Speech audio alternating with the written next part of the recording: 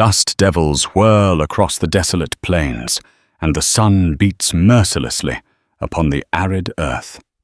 Welcome to the searing heart of the Wild West, a land where honor and deceit tangle like barbed wire, and one moment of blind faith can change a man's destiny forever.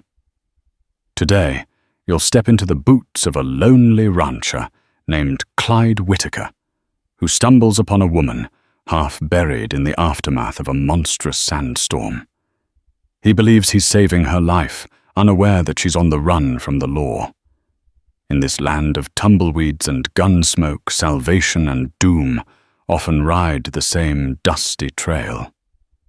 The wind howled like a wounded coyote across the vast expanse of the Arizona Territory. The sky tinged with a strange yellowish haze warned of trouble on the horizon. Clyde Whitaker, a rugged rancher in his mid-30s, gazed out over his modest homestead, feeling the electric pulse in the air that precedes a fierce sandstorm. He'd seen many in his life, but something about this one spoke of a wrath beyond measure. Clyde's ranch lay just south of the Santa Cruz River, on a dusty tract of land that had been passed down through his family. He leaned against the weather-beaten fence, scanning the horizon. Clouds of dust swirled upward, forming a menacing wall of brown and gold. The incoming storm felt alive like an angry beast, determined to devour anything in its path. Cattle bellowed, sensing the approaching mayhem, and Clyde wasted no time herding them into the barn. He worked steadily, the sweat mixing with the fine grains of swirling sand. Within minutes, the sky turned the color of tarnished brass, and the air grew thick. When the storm fully hit, Clyde found himself pinned down inside the barn, with nothing to do but pray that the roof held. The howling sands battered the walls for what felt like an eternity. Occasional cracks in the boards let in stinging blasts of grit that scoured exposed skin and turned the inside of the barn into a swirling haze. At last, after a punishing hour or more, the wind began to abate. Emerging from the barn, Clyde paused to catch his breath. The aftermath was eerie, absolute silence, except for the occasional moan of the wind. He scanned the horizon for damage. Broken fence rails, uprooted shrubs and dunes that had shifted positions dominated his once familiar land. Then in the shifting sands near a mesquite tree, he spotted something. Someone. At first he thought it was an abandoned garment, a ragged cloak or a torn piece of canvas snagged by the wind. But a sudden gust revealed it was a human hand, barely protruding from a mound of wind-blown dust. Heart-pounding, Clyde rushed forward, dread tightening in his chest. He'd heard stories about travelers and drifters caught in sandstorms, suffocated by the swirling dust. He prayed he wasn't about to uncover a corpse. Dropping to his knees, Clyde frantically scooped away the coarse desert sand. It sifted through his fingers, revealing first an arm, then a shoulder, then the outline of a face. The figure was female, her skin chalky gray from dust, and her hair in tangled straw-like clumps. Her lips were cracked, and grit lined her nostrils. No movement, no sign of breath. "Please, Lord," Clyde muttered under his breath. With every handful of sand removed, his sense of urgency grew. He feared she might be lost, suffocated in the fierce storm. After clearing enough to free her body, he placed 2 fingers against her neck. A pulse, faint and fluttering like a cornered bird. Relief surged through him like a rush of cool water on a scorching day. He lifted her slight frame in his arms. She was unconscious, her clothes torn and caked with dust. Clyde noticed a satchel half buried nearby. He grabbed it, not bothering to look inside, and half carried, half staggered with her back to his ranch house. With the woman limp in his arms, every step seemed steeper than climbing a mountain. The desert sun had reasserted itself in the storm's wake, beating down on him like a relentless hammer. Reaching his porch at last, Clyde kicked open the door and carried the stranger inside, laying her gently on his small wooden cot. Then he rushed for a canteen of water, praying that he'd found her in time. 3 hours passed in agonized waiting. Clyde administered cool water with cautious spoonfuls, cleaning her face and arms with a damp cloth. He kept her head elevated, remembering how his late mother nursed him through fevers in childhood. Outside, the day stretched long, a burning sun glaring through the window. At one point, the woman stirred, coughing violently, spitting out sand as her chest heaved. Clyde helped her sit up, pressing water to her lips. She drank, though her eyes remained shut. When she finally opened them, panic flared. She jerked upright and tried to scramble away, eyes darting around the one-room interior of Clyde's ranch house. Her voice came out in a ragged rasp. Where am I?" Clyde stood back, raising his hands in a calming gesture. "You're at my ranch, ma'am. Found you out near the mesquite after the storm. You were buried." He tried a soothing smile, though he wasn't sure it landed on her fearful gaze. She coughed again, wincing at the dryness in her throat. "Thank you," she managed. "Don't mention it," Clyde said softly. "Name's Clyde Whitaker. This ranch belonged to my folks. And you are—" She hesitated. A flicker of uncertainty darted across her eyes, replaced by a guarded expression. Finally, she spoke. "Cassie," she said. "Cassie. Bishop. Cassie," he repeated, drawing closer. He handed her a damp cloth. "You got tossed around bad in that storm. You need rest. If you're hungry, I can fix something." Cassie tried to stand, but her legs trembled under her weight. Clyde gently steadied her. She stared at him as though measuring his trustworthiness. Then she sank back onto the cot, exhausted. "I'm in no state to travel," she whispered. "But thank you. Really." He nodded. Something about her demeanor seemed off. She was grateful, but there was an edge to her, a tension under the surface. Clyde told himself it was just the aftershock of near death in a sandstorm. Yet a quiet alarm nudged at the back of his mind, one he couldn't quite dismiss. That evening, as Cassie rested, Clyde rummaged through the small house in search of spare clothes. It wasn't a grand place, a single wide room with a wood-burning stove, a table, and a humble cot. A curtained nook served as the bedroom. A rocking chair inherited from his mother stood in the corner by the window that overlooked an endless stretch of desert. Beyond that, a battered dresser housed Clyde's meager wardrobe. He paused, eyes drifting to the satchel he'd found buried next to Cassie. The canvas bag lay on the table, dusty and partly torn by the storm. He'd set it there without looking inside, respecting the stranger's privacy. But curiosity gnawed at him. What if it contained information about her identity? Perhaps medical supplies if she needed them. His hand hovered over the satchel's strap. Finally, he steeled himself and unbuckled it. The first thing he noticed was a folded slip of paper, creased many times over, and stamped with what looked like the official seal of the Pinkerton Detective Agency. The Pinkertons were famous for tracking outlaws across the territory. Why did Cassie Bishop carry a Pinkerton letter? His eyes scanned a sentence on the paper, glimpsing the words, "Fugitive Wells Fargo stage robbery, and $5,000 reward." The name was different, Maribel Cassidy, but the physical description listed a slender woman with dark hair and a scar on her right shoulder. The bounty was high. His breath caught in his throat.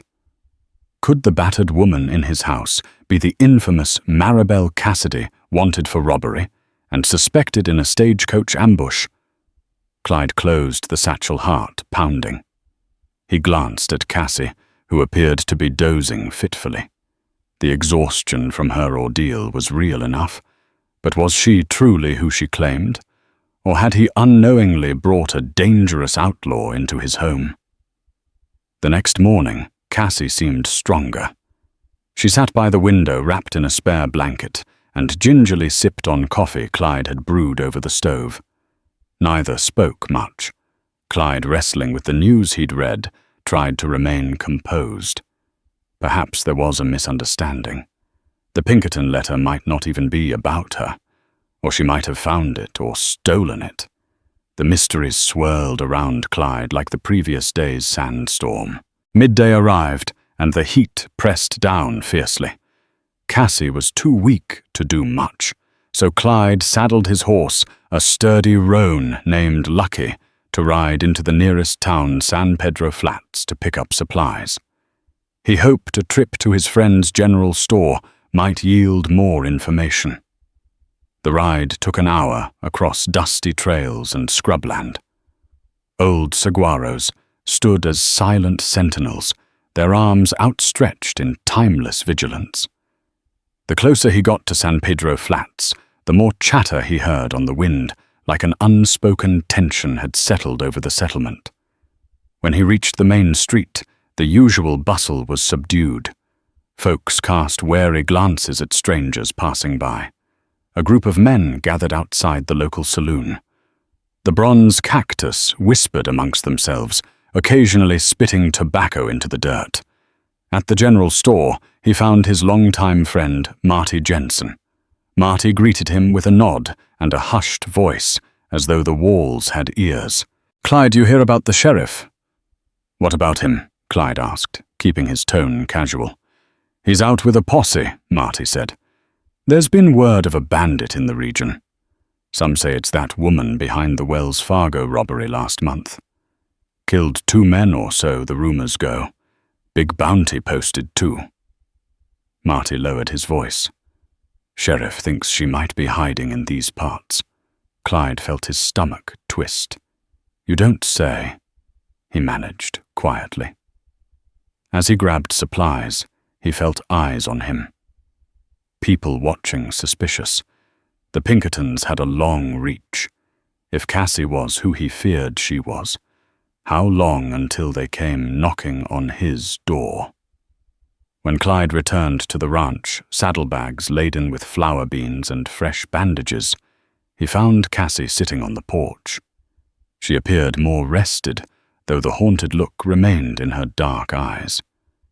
He tied Lucky to the hitching post, trying to arrange his expression into a friendly demeanor rather than the swirl of unease he felt inside.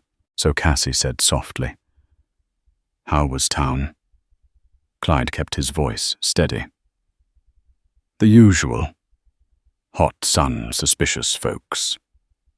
He paused, glancing at her.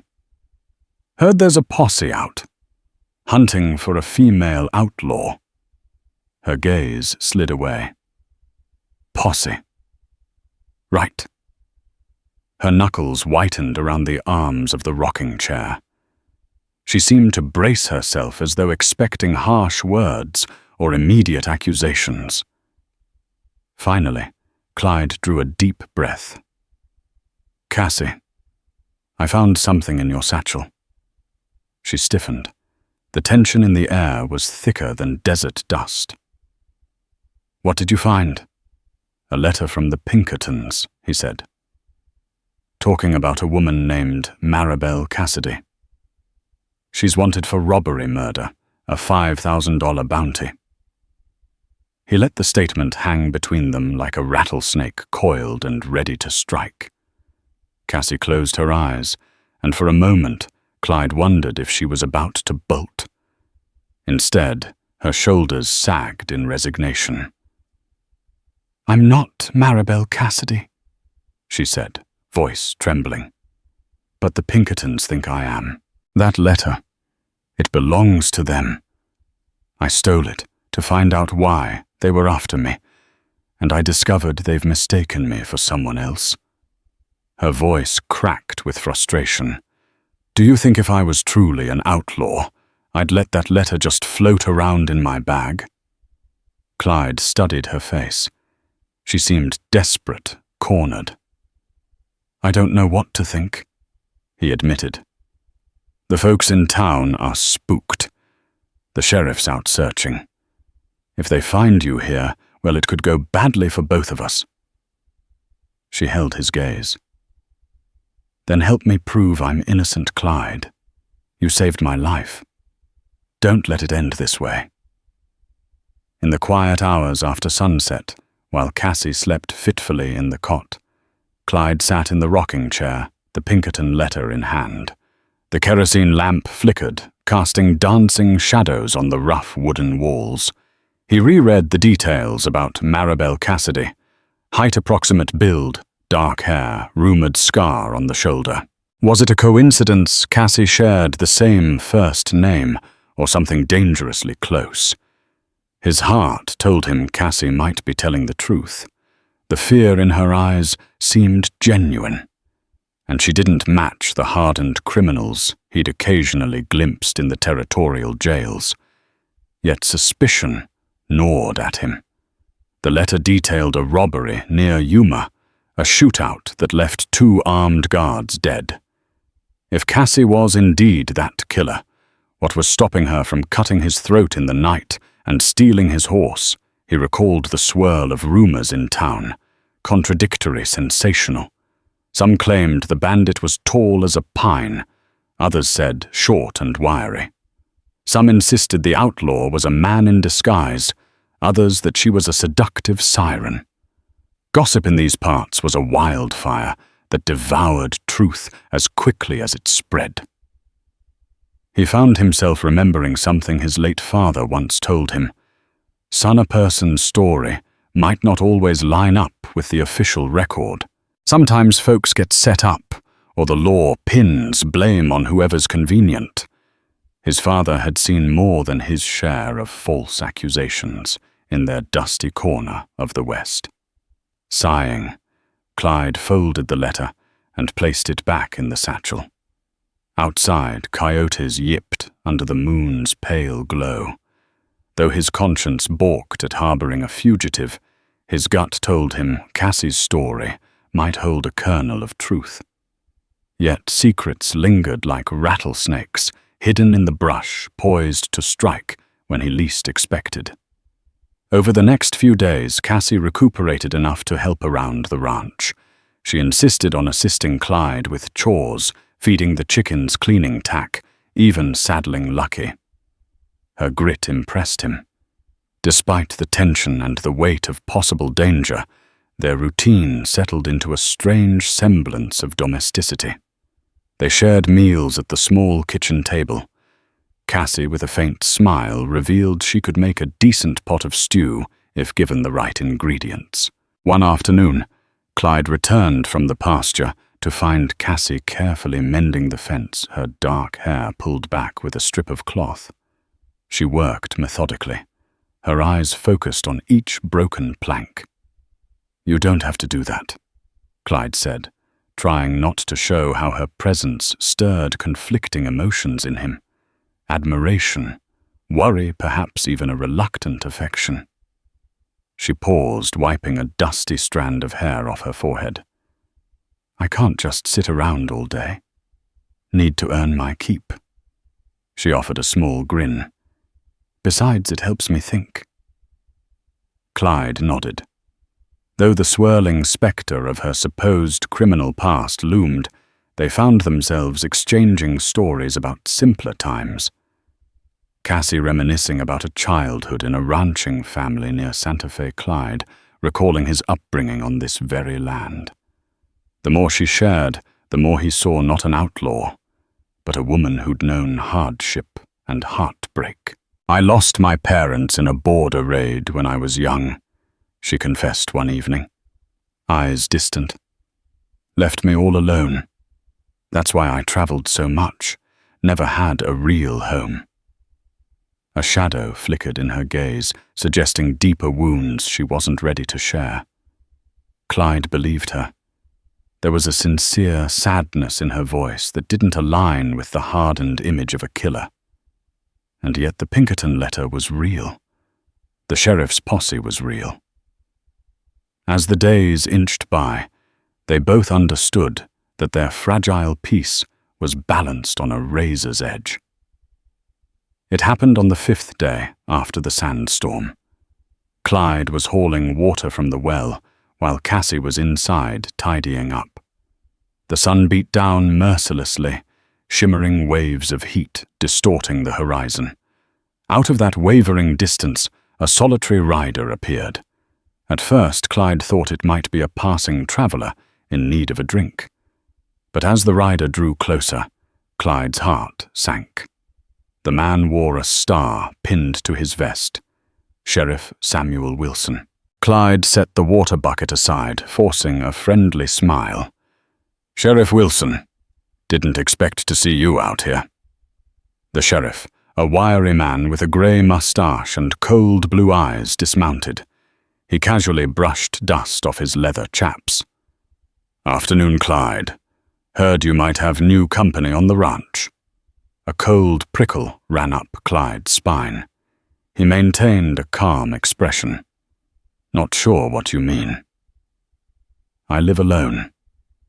Wilson's gaze shifted to the ranch house. "The posse and I have been scouring the territory, looking for that woman bandit. Word is, she might be posing as a harmless traveler." His eyes narrowed. "Mind if I take a look around?" Clyde's mouth went dry, but he couldn't refuse without arousing suspicion. "Suit yourself," he said, his best casual shrug on display. "You're welcome to water your horse, too." They both knew how meager the water supply was in these parts, but civility was part of the code. While the sheriff walked the perimeter of the house, Clyde's heart thundered in his chest. Inside, Cassie must be aware that the sheriff was near. Would she flee hide? He slowly followed Wilson around, praying he could steer the lawman's gaze away from anything incriminating. A million questions battered Clyde's mind. Could Cassie slip out the back? What if the sheriff demanded to search every corner? The tension was suffocating. One wrong move, and Cassie's fate and Clyde's would be sealed. Cassie, for her part, had heard the horse approach. A chill gripped her when she peeked through a crack in the curtain and recognized the sheriff's star glinting in the sun. Adrenaline surged. Every instinct screamed for her to run. But there was nowhere to go, desert in all directions. No cover. At best, she could slip into the small cellar below the floor, hoping he wouldn't search there. Swiftly, yet silently, she moved to the trapdoor, hidden under a braided rug near the stove. She lifted it, descended the narrow steps into the earthen-walled space, and closed the panel above her. Sweat beaded her brow as she crouched in the darkness. The faint creaking of floorboards overhead was terrifying. The sheriff's footsteps approached, then paused. Would he notice the subtle shift in the rug's position? From outside, Clyde's voice drifted through the walls. He maintained a calm, courteous tone despite the tension. "You won't find anything suspicious here, Sheriff. Just me and a few cattle trying to make a living off this rocky land." The footsteps moved away, and Cassie exhaled, her heart hammering. Seconds dragged like hours. Finally, she heard the sheriff exit the house and the front door squeak shut. She waited in the stifling darkness, the earthy scent pressing in around her. Her entire body trembled with fear. After what felt like an eternity, there was a knock on the floorboard. Clyde's muffled voice. "Cassie." "He's gone." Easing the trapdoor open, she emerged into the sunlight of the house. Clyde stood there, relief etched across his features. They exchanged a look, gratitude, fear, and unspoken tension all mingling. The sheriff's visit was a stark reminder of just how precarious their situation was. They were walking a dangerous line. One more close call might shatter everything. That evening, the sky melted into a riot of red and orange, fading into a deep indigo dotted with shimmering stars. Clyde and Cassie sat on the porch, dinner plates balanced on their knees, the desert wind ruffling their hair. Neither spoke for a time, each lost in their own tangled thoughts. Finally, Cassie broke the silence. "You risked a lot today, lying to a sheriff to protect me. That's not something to take lightly."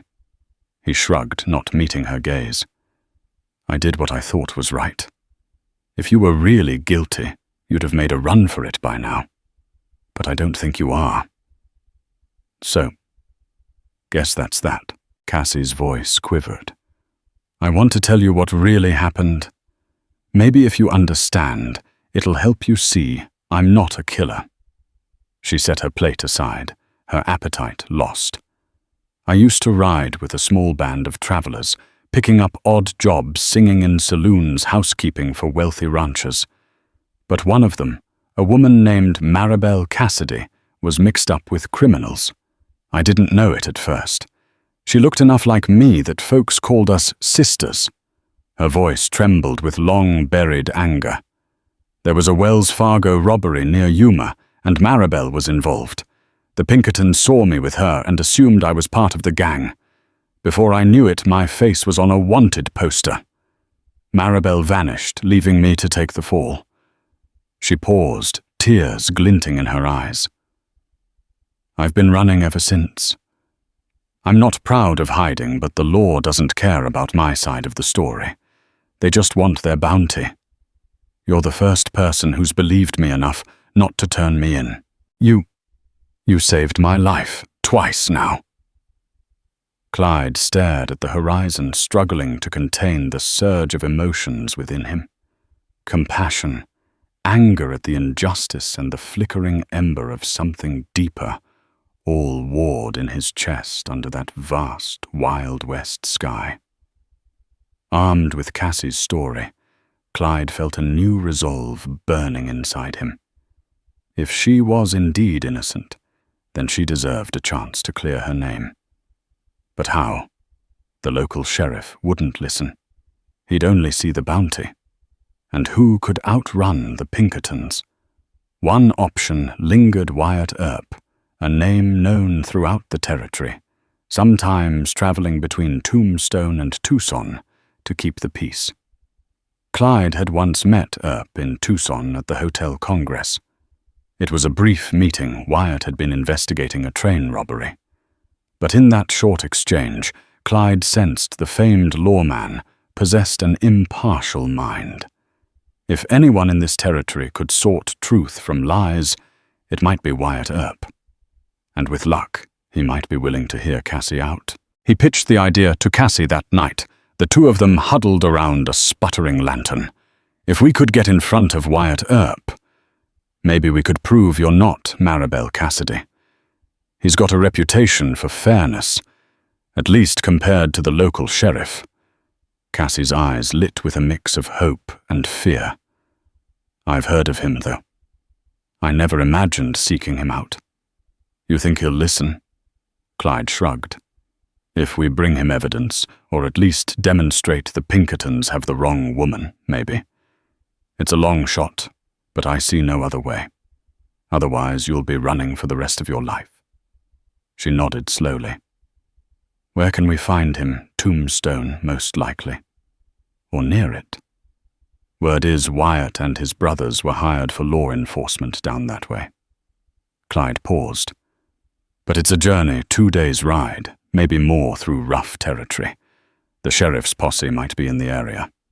And let's not forget bandits, Apaches, or plain old desert." Cassie squared her shoulders. "I'd take on the whole desert if it means clearing my name. Let's do it."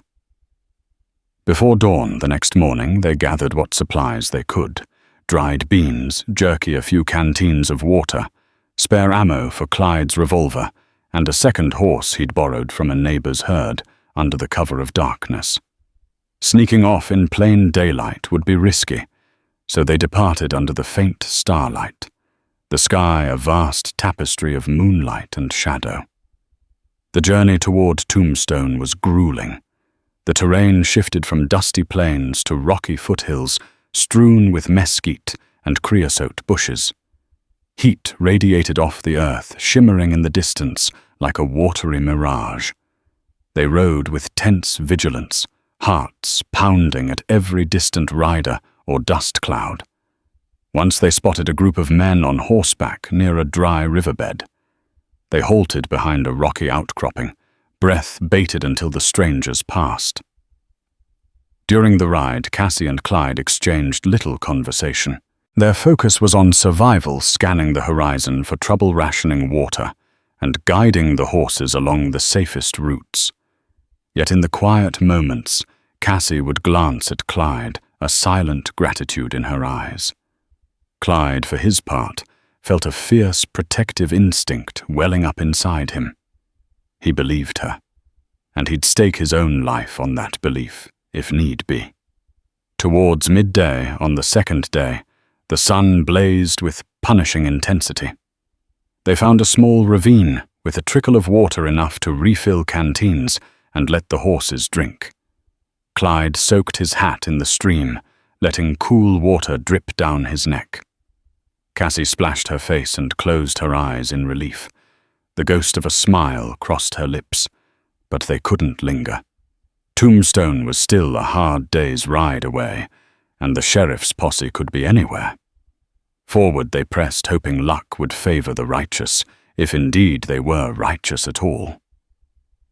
Late on the second night, they made a small camp in a sheltered gorge. The wind whistled eerily between the rocks, carrying the scent of creosote and night-blooming cacti.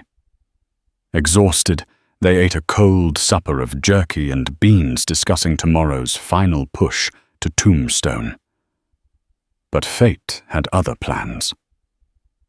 Just before dawn, Clyde woke to the sound of hoofbeats echoing through the gorge. He leaped up, reaching for his revolver. Cassie scrambled from her bedroll, eyes wide with alarm. Before they could mount the horses, a posse of 6 men rode up, rifles aimed. Their leader was a burly figure with a craggy face and a dusty badge glinting in the faint starlight. Deputy Hank Longworth, one of Sheriff Wilson's men. "Well, well," Longworth drawled, dismounting with a sneer. "If it ain't Clyde Whitaker. Sheriff Wilson had a feeling you were hiding someone. Been tracking your sorry hide since you left your ranch." Clyde stepped forward, hands partly raised. "Deputy, let us explain." "Shut it," barked one of the men, cocking his rifle. "We know she's the woman bandit. The Pinkertons put a price on her head bigger than the Gadsden purchase. You best not meddle, Whitaker, or you'll be sharing a cell." Cassie's eyes flashed. "I'm not Maribel Cassidy." "You've got the wrong." Longworth shrugged. "Tell it to the hangman, sweetheart." He turned to his men. "Cuff 'em both. They can plead their case back in San Pedro Flats, though. I doubt it'll do 'em any good." Clyde locked eyes with Cassie, a desperate warning in his gaze. He could see her trembling, not in surrender, but in pent-up fury. If they were taken now, the truth might never come out. Could they fight back? Outnumbered 6-2 was near suicidal, but surrender felt like a death sentence. Longworth advanced, cuffs in hand. Another deputy circled behind Cassie rifle, aimed. Clyde's mind raced. If he submitted, Cassie would be bound for prison, maybe a noose. Any chance to prove her innocence would vanish. Yet if they resisted, they faced near certain death. In a flash of resolve, Clyde lunged for Longworth's wrist, knocking the cuffs aside. Cassie, seizing the opening, ducked beneath the rifle behind her. The startled deputy swore, but Cassie spun, elbow connecting with his gut. He staggered back. Clyde wrestled with Longworth, struggling to twist the gun from his hand. Shots rang out in the pre-dawn gloom, as the other posse members fired into the confusion. Clyde felt a bullet tear through the shoulder of his jacket, missing flesh by inches. Another ricocheted off a rock behind them. Desperation fueled them both. Cassie dove for cover behind a boulder, rummaging for her own small revolver. She fired 2 shots in quick succession, forcing the posse to scatter. Clyde managed to wrestle Longworth to the ground. The deputy landed a punch to Clyde's ribs, knocking the wind from him. But Cassie, emerging from behind the boulder, took careful aim. "Hands up!" she shouted, voice trembling with anger and fear.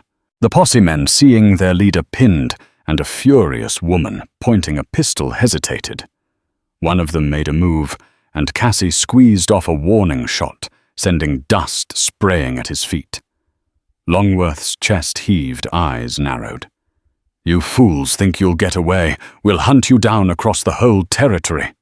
Clyde pressed his forearm to the deputy's throat, forcing him to drop his weapon. "You hunt an innocent woman," he hissed. "We're done being your prey." Cassie covered the other deputies, her revolver unwavering. They had a brief window to escape if they dared. Leaving the deputies alive was dangerous, but murder was not on Cassie's nor Clyde's conscience. Swiftly, they seized the posse's spare horses and any extra ammunition. Cassie fired one more shot in the air, forcing the men to duck. Clyde sprang into the saddle. Cassie followed suit, scanning the group with desperate resolve. "Don't follow us," Clyde shouted. "Tell Sheriff Wilson we're heading to Tombstone to meet Wyatt Earp. Let him handle the truth if you won't." Longworth spat into the dust, fury and humiliation etched on his face. But outnumbered or not, Clyde and Cassie had made their move, and the posse was temporarily disarmed and scattered. With adrenaline surging, Clyde and Cassie galloped out of the gorge, hearts pounding. The eastern sky was beginning to lighten. Every muscle in their bodies hummed with fear, but also with a fierce, raw sense of freedom. Yes, the posse would likely regroup and chase them, but for now, they had a head start. Onward, they rode across the harsh desert thirst, stinging their throats, sweat soaking their clothes. The horizon stretched out an unbroken sea of scrub and distant hills.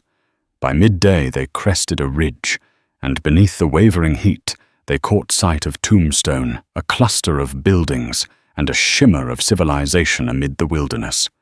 But there was no time for relief. Spurring the horses, they pressed forward, dust pluming behind them like a beacon.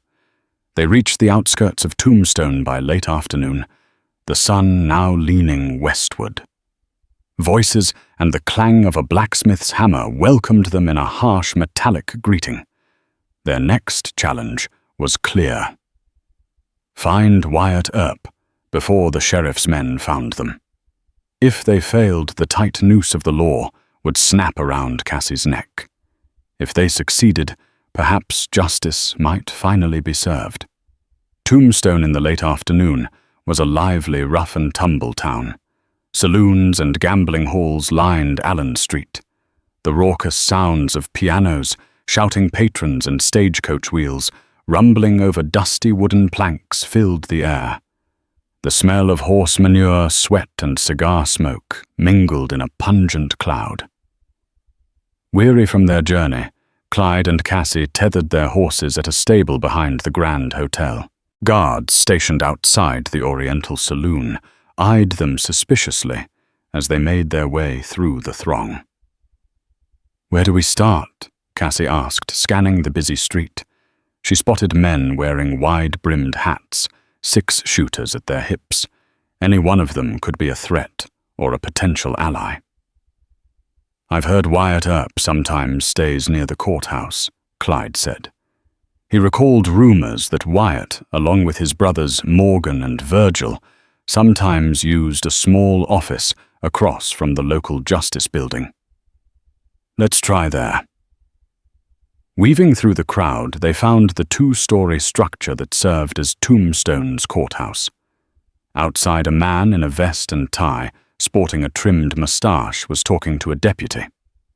Clyde recognized the face from old descriptions. Wyatt Earp, tall, broad-shouldered, with a calm, steady gaze. Mustering courage, Clyde approached. "Mr. Earp." "A word, please. It's urgent." Wyatt's gaze flicked from Clyde to Cassie, lingering on her dusty appearance and the tense set of her jaw. "We're in the midst of plenty of urgencies around here, friend," Wyatt said, voice cool. "State your business." Clyde swallowed hard. "We need help proving this woman's innocence. There's a Pinkerton bounty out on her misidentification. We can explain everything, but time's short." Wyatt studied them both, measuring the gravity in their eyes. Finally, he nodded. "Come inside." He gestured toward a small office near the courthouse. "But if you're spinning a yarn, I'll lock you both up." "Understand." Clyde and Cassie nodded fervently. Their fate balanced on a knife's edge, with Wyatt Earp holding the blade. Wyatt Earp's office was sparse, with a desk, a few chairs, and stacks of wanted posters pinned to a bulletin board. He sat behind the desk, leaning back, arms folded. A single gas lamp cast harsh light across the wooden floor. Cassie and Clyde took seats, exchanging anxious looks. "All right," Wyatt said, voice low. "Start from the beginning." Cassie cleared her throat, her hands twisting in her lap. She explained how she'd traveled with Maribel Cassidy, unaware of her criminal ties. She told Wyatt about the Wells Fargo robbery, the Pinkerton letter, and the bounty. Clyde added the details of how he found Cassie buried in the Sandstorm, her near-death state, and the posse that chased them across the desert. Wyatt listened with the calm detachment of a seasoned lawman, occasionally jotting notes. So he said, eyes narrowing, "You're claiming Maribel Cassidy is the real outlaw, and you're just the unfortunate friend who got blamed." Cassie nodded. "Yes, sir. My name is Cassandra Bishop, not Maribel Cassidy. I swear it. I have some papers in my satchel that might help prove my identity. Old letters from my mother, a birth record from a church in Santa Fe. But the Pinkertons only see the resemblance to Maribel. They don't care about the truth." Wyatt tapped a pencil against the desk. "Sounds like you folks have had quite the ride. The problem is the Pinkertons and the local sheriff want results. They'll happily lock you away, Miss Bishop, and collect their fee." Clyde leaned forward. "We came here in the hope that someone fair-minded like you might help us get a hearing or some official statement that you believe Cassie's not the wanted outlaw." A flicker of sympathy touched Wyatt's eyes. "I can't promise anything yet. But if your documents hold up, and if I can track down leads on this Maribel Cassidy, we might get the Pinkertons off your back. For now, though, you need to lay low.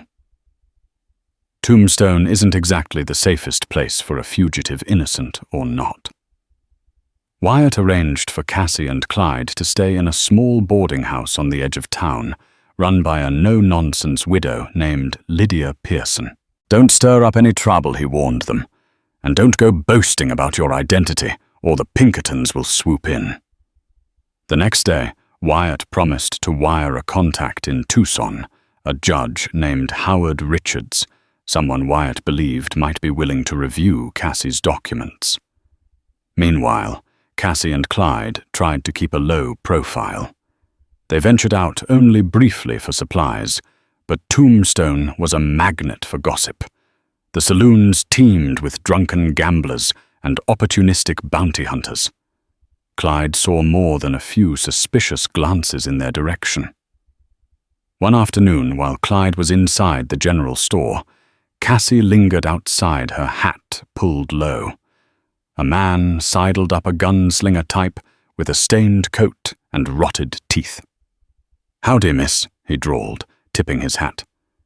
"You wouldn't happen to be the little lady they're paying 5,000 big ones for?" His sneer curled. "Heard tell she was skulking around here, looking an awful lot like you." Cassie's heart pounded, but she forced a casual shrug. "Don't know what you're talking about," she said tersely, turning away. He grabbed her arm, tightening a grimy grip. 5,000 is a powerful incentive, sweetheart.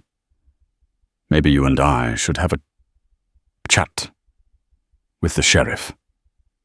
Before Cassie could react, Clyde emerged, spotting the confrontation. Without hesitation, he stepped forward, voice low and dangerous. "Let her go." The man eyed Clyde's lean frame, then looked at Cassie. "A friend, eh?" He released her with a sneer. "All right. But don't wander too far, Missy. The desert can be mighty unforgiving, especially for wanted folks." He ambled off, leaving Cassie shaken and Clyde boiling with anger. The walls seemed to be closing in. Their time was running short, and they still needed Wyatt to come through. Days passed in tense uncertainty. Wyatt Earp did his best sending telegrams and gathering evidence. He even questioned a few travelers who claimed to have seen Maribel Cassidy in Bisbee, stirring up more leads. But a definitive piece of exonerating proof was elusive. Meanwhile, rumors buzzed that Sheriff Wilson was close to arriving in Tombstone, determined to capture Cassie and bring her in. Finally, Wyatt summoned them to his office one last time. Judge Richards wired back. "He'll hear a statement tomorrow morning at the courthouse here in Tombstone," Wyatt said, rubbing his temple. "If your documents check out, and if I can present enough testimony about Maribel Cassidy's separate existence, he might dismiss the charges against you, Miss Bishop." Cassie felt a rush of hope. "Thank you, Mr. Earp. We won't forget your kindness." But Wyatt's expression was grim. "Be ready for trouble. The Pinkertons might show, or the sheriff. I can't guarantee your safety if guns start blazing." The next morning, the sun was barely up when Cassie and Clyde entered the Tombstone courthouse.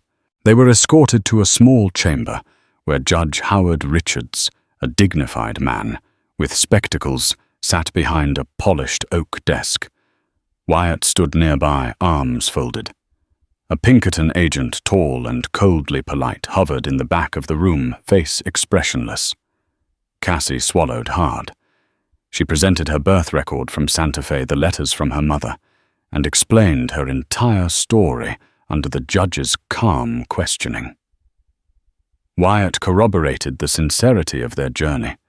Clyde testified to finding Cassie her repeated insistence of innocence and their near-fatal run-ins with the sheriff's posse. The Pinkerton agent questioned each piece of evidence, but cracks appeared in his confidence. Then, in a dramatic twist, Wyatt produced an eyewitness affidavit from Bisbee, stating that a woman matching Maribel Cassidy's description was in a saloon there on the very day Cassie nearly died in the Sandstorm. It was impossible for Cassie to be in both places. A murmur went around the room. The Pinkerton agent's smug demeanor faltered. Finally, Judge Richards cleared his throat. "It appears there is significant doubt as to this woman's guilt. I find grounds to dismiss any local charges against Miss Cassandra Bishop, pending further investigation, effective immediately." Relief washed over Cassie. Tears welled up as Clyde grasped her hand. Yet the agent's glare promised a new chapter of challenges. For now, though, Cassie had won a precious reprieve. In the days that followed, Wyatt Earp stood by his word, providing Cassie with a letter affirming her identity was in dispute and that she was not to be treated as Maribel Cassidy without concrete proof. Judge Richards forwarded copies of the letter to territorial authorities. The Pinkertons, reluctant but bound by the judge's ruling, withdrew any immediate bounty postings, though they vowed to keep seeking the real Maribel Cassidy. Sheriff Wilson arrived in Tombstone too late to overturn the judge's decision. Fuming, he confronted Clyde outside the Grand Hotel. "You got lucky, Whitaker. You and that woman. But mark my words if I ever catch a whiff of wrongdoing." "She's innocent," Sheriff Clyde said evenly. "That's all there is to it." With a snarl, Wilson stomped away. Clyde exhaled the tension in his shoulders, finally easing.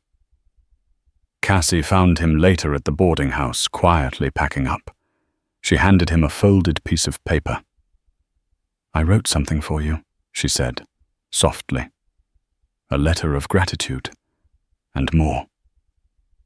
Clyde opened it, reading words that spoke of boundless thanks, admiration, and the promise of a friend for life. Emotion threatened to choke him. "Cassie, you don't owe me anything. I just did what was right." She touched his hand. "You did more than that. You believed in me, when no one else would."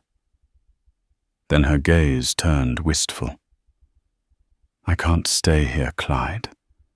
I need a fresh start, a place where folks don't know my face or suspect me. But I'll never forget it, you." Clyde nodded understanding. "This ranch is always open to you, if you ever want to come back." They embraced, neither speaking. Their bond was forged through struggle and trust. Perhaps in another lifetime they might forge something more. For now, destiny called Cassie elsewhere, her path winding beyond the desert horizon. The desert was quiet when Cassie Bishop left Tombstone. Morning dew clung to the sparse grasses, and a cool breeze swept down from the mountains, carrying the scent of creosote and change. She rode a borrowed chestnut mare, Wyatt Earp's letter tucked safely into her saddlebag, and a folded parchment from Clyde pressed close to her heart. As Tombstone faded into the dusty horizon behind her, she didn't look back. California lay weeks away, but it promised something she hadn't known in years' anonymity. Freedom. A clean slate. She traveled west with determination, staying at roadside inns, working odd jobs at way stations and bakeries to earn her meals. Slowly, with each day's ride, the fugitive's weight began to lift. Her name no longer conjured suspicion. Her eyes could finally meet strangers' gazes without fear. In the town of Mariposa, nestled at the edge of the Sierra foothills, Cassie found a small bakery run by a kindly widow named Mabel Torrance. The smell of cinnamon and fresh bread greeted her each morning, and Mabel, impressed by her grit and humility, offered her a room and a job. Cassie took it grateful beyond words. Months passed. Cassie became known for her light hand with dough and her quiet strength. The townsfolk appreciated her even if they never truly knew her. Children greeted her by name. The local minister always smiled when she brought him warm rolls. Though shadows of her past still stirred at times, they no longer controlled her. She wasn't running anymore. She was living. Back in Arizona, Clyde Whitaker returned to his ranch. The days resumed their rhythm, mending fences, tending cattle, and listening to the wind hum through the mesquite. But the world felt different now, emptier. Cassie's absence lingered in the corners of the cabin, in the way the rocking chair creaked at dusk, in the unspoken things left behind. He tried to tell himself it was for the best. She deserved a new life. A safe life. And yet sometimes at twilight he'd sit on the porch and wonder if she ever thought of him too. Then one day, as the cicadas buzzed in the heat and a red-tailed hawk circled overhead, a stagecoach kicked up dust on the distant road. Clyde squinted. The driver tipped his hat and handed over a small parcel wrapped in butcher paper, addressed in careful handwriting. Inside was a photograph.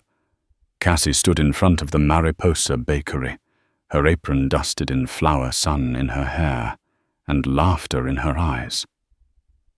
Behind her, a hand-painted sign read, "Fresh bread, daily, warm hearts, always." Tucked inside the photo was a note. "Dear Clyde, I never thanked you properly for saving me, for believing me, for standing by me when the world wanted me buried. I think about that sandstorm often, not just the terror of it, but the moment you reached for my hand when no one else would have dared. You saw the person I was, not the name they chased. And because of that, I got to start over. I'm working at a bakery now, and for the first time in years I sleep soundly. I hope you're well tending that stubborn land and watching sunsets the way only you can.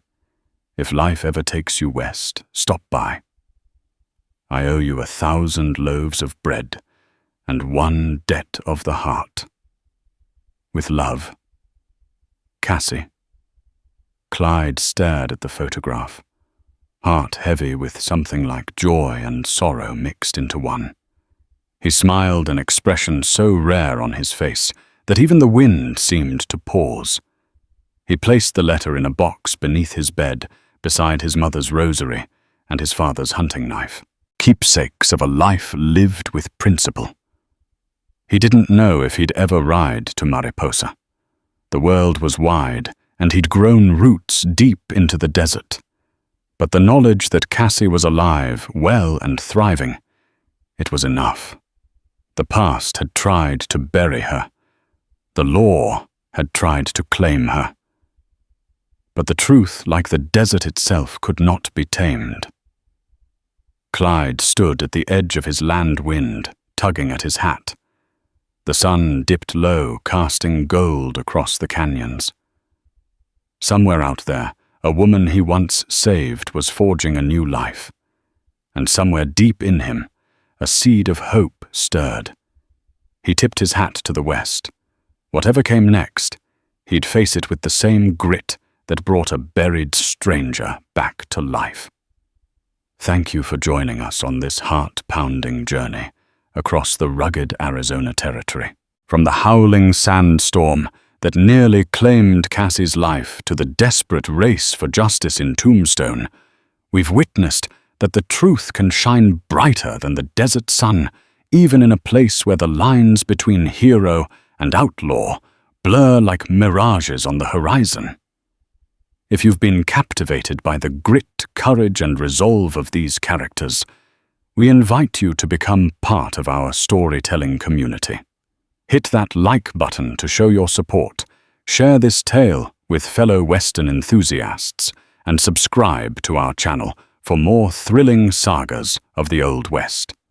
Your engagement helps us continue spinning stories that celebrate the indomitable human spirit in the face of impossible odds.